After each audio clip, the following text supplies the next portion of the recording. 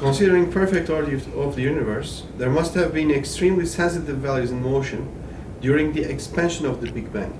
Can you tell us about the order that began with the Big Bang, such as the cosmological constant and others, and how precise these numbers are? Yes. About 100 years ago, right now it's 2018, so 103 years ago was 2015. In 2015, Albert Einstein published his work on the general relativity, theory of relativity. One of the predictions of his own theory was that the universe's state is dynamic, and that it's a solution to Einstein's equation is that the universe is dynamic. And that means that the universe could be expanding or it could be contracting. This wasn't immediately obvious when Einstein came up with it. It was Alexander Friedmann he was, I believe, a Russian, young Russian mathematician who first solved Einstein's equations because they were very difficult to solve. And he sent a letter to Einstein, said, Dr. Einstein, I have made an attempt under certain conditions to solve your equations, and what I find is a dynamic universe. Einstein didn't like that answer. Einstein actually didn't even answer Friedmann. He didn't like the answer because Einstein, like many of his colleagues at the time, believed in a universe that was static. They believed that the universe has eternally been here, and if it's eternally been here, then there's no need to talk about a creator. It's just the universe is the only thing there is. You know, Carl Sagan famously used to start his TV show called Cosmos. He would say, the cosmos is all there is and all there was and all there will ever be. And that totally reflects the attitude of the scientists at that time relative to the origin of the universe. And so the reason I mention this story is that the very fact that the universe is dynamic was already something totally unexpected. It was one of those situations where science progresses, and the scientist always has a bias, but sometimes his finding doesn't match his bias. So in this case, what they found was that the universe is dynamic, and one of the first implications of that was that the universe must have had a beginning. And the fact that the universe had a beginning in a finite amount of time was actually a very surprising result for them, and very unpleasant. Einstein, by the way, Einstein's theory was demonstrated to be true in a solar eclipse in 1919, led by an experiment led by Arthur Eddington.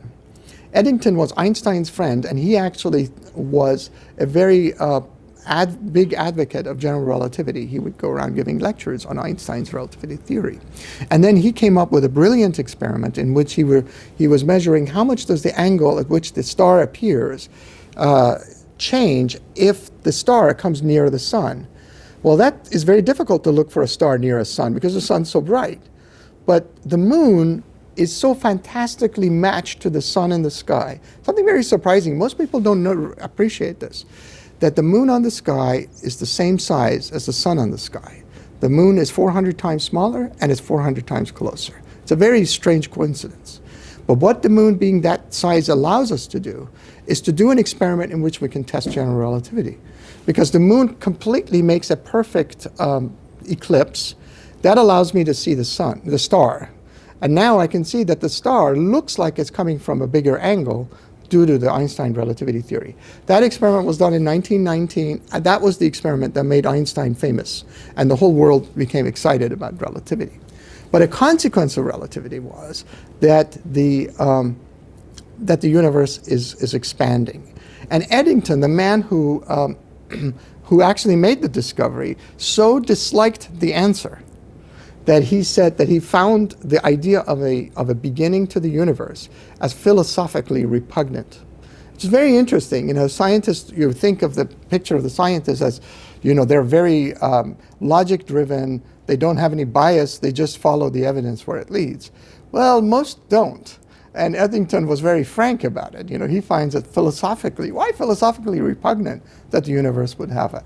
But I think they had an atheistic bias. They didn't want a beginning to the universe because the beginning would point to a creator.